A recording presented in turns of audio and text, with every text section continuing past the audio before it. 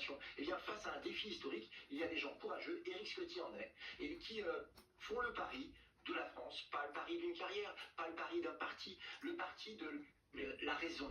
Et il a suivi en cela beaucoup de ses électeurs. Vous savez, sur ma circonscription, les électeurs LR me parlent, mais ils sont ravis de la décision d'Éric Ciotti. Alors que ça fasse pousser quelques notables, peut-être, mais je vous assure que les responsables locaux et les électeurs sont très remobilisés. Non mais LR, c'est l'héritier du RPR.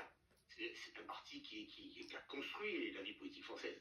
Dans la vie politique française, que ce soit le général de Gaulle, que ce soit Pompidou, le président Pompidou, que ce soit Jacques Chirac, que ce soit Nicolas Sarkozy, et jamais personne dans notre famille politique n'a fait ce passage. Alors, on peut expliquer qu'il choisit la France, mais notre famille politique, notre ancienne famille politique, celle qui a fait la France libre, celle qui a fait la Croix-de-Lorraine, cette famille-là, n'a jamais eu de porosité avec la Rassemblement national. Et aujourd'hui, la démarche de M. Ciotti, qui est une démarche solitaire, il n'a pas entraîné son parti au lendemain d'un bureau politique, d'un choix stratégique avec les élus, sur lesquels il s'est toujours appuyé, qui fait en sorte que là, il a fait tout seul. Mais vous avez la même C'est un peu ce que vous avez fait. Éric Ciotti est président élu des Républicains. C'est aussi pour gagner votre région. J'étais seul contre le Rassemblement national, j'étais LR, j'ai demandé la et vous avez changé de LR, parti. le LR m'a donné l'investiture. Je me suis marié avec M. Macron. Monsieur J'ai Muselier. gagné contre l'Assemblée nationale en faisant 57% des voix. Monsieur Muselier, on m'a condamné. Monsieur d'avoir gagné contre l'Assemblée nationale. Et c'est M. Ciotti qui m'a condamné. Donc la réalité politique, c'est que moi je suis membre fondateur de LR et ma famille politique à l'époque, dans l'intermédiaire de M. Ciotti, m'a chassé alors que j'ai gagné contre Pardonnez-moi, Pascal Perrineau, est-ce que cet accord, il est là pour sauver la peau des députés LR, où il vise clairement à prendre le pouvoir? Est-ce que c'est le début? Est-ce que vous pensez que ça va suivre?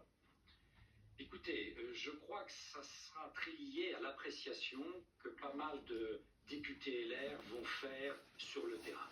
Là, on le voit. La situation personnelle d'un ou deux députés très menacés dans les Alpes-Maritimes fait en effet qu'ils se rallient à la stratégie du président de LR. Mais moi, ce qui me frappe, c'est tout de même qu'au plan national, les grands leaders, vous savez, LR, c'est quoi? C'est un parti de parlement. C'est un parti parlementaire. On dit c'est un parti de gouvernement. C'est un parti parlementaire. Donc, l'opinion des parlementaires est importante. Et là, c'est assez frappant de voir que le groupe unanime, les sénateurs LR au Sénat, et Olivier Marleix, président du groupe des députés à l'Assemblée nationale, s'est opposé à la position de Ciotti. Donc ça laisse présager, comment dire, une résistance de ce qui reste de l'appareil LR qui sera peut-être plus importante qu'on veut bien dire. On parle quand même du président du parti. Et bien sûr. Vous vous rendez compte, c'est un mais c'est événement. très important, c'est très important. Mais je veux dire, on ne peut pas rabattre la politique uniquement sur le cynisme de l'appréciation de rapports de force. Oui, qu'est-ce qui est bon pour que je sois élu? Je comprends que ça joue, mais il y a aussi des valeurs. Vous voyez, il y a aussi des valeurs. Et c'est vrai qu'historiquement, vous voyez, il ne s'agit pas de stigmatiser tel ou tel courant. Les valeurs de ce que représentent les héritiers de la droite gaulliste ne sont pas les valeurs de ce que représentent les héritiers de la droite nationaliste. Mais vous savez, les meilleurs spécialistes dans l'histoire, et je pense en particulier à mon maître René Raymond, ont toujours dit, parler de la droite, ça n'a pas de sens. Oui. Il faut parler des droites. Et comme on parle des gauches, vous voyez, vous êtes sans arrêt, si on se penchait sur la gauche, on dirait, mais tout de même, il y a des gauches irréconciliables. Ben, il y a peut-être aussi Des droites irréconciliables. Le pire, c'est que la gauche, elle est réconciliable en l'occurrence.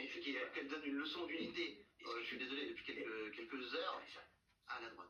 Est-ce qu'on l'a vu arriver, Amandine Matadella, ce qui vient de se passer? Non, absolument pas. Absolument pas. Absolument C'est ça qui est exceptionnel. Bah, c'est une trahison d'Éric Ciotti vis-à-vis de son propre parti, honnêtement, parce que c'est ce que disait Renaud Muselier tout à l'heure. Hier, il y a eu une réunion avec le président du Sénat, Gérard Larcher, Bruno Retailleau et d'autres, et les yeux dans les yeux, Éric Ciotti leur a dit qu'il choisissait en effet le ni, absolument pas qu'il allait faire aujourd'hui cette annonce aux 13h, ont découverte ses proches. Vous voulez bien qu'on écoute Bruno Retailleau? Je vous donne juste après la parole. Allez, c'est fait. Jusqu'à ce matin, c'est à travers les dépêches, à travers les alertes, que j'ai appris, je ne voulais pas y croire dans un premier temps, pendant ma réunion de groupe, que j'ai appris la décision que le chef du parti allait prendre, seul. Et il a menti.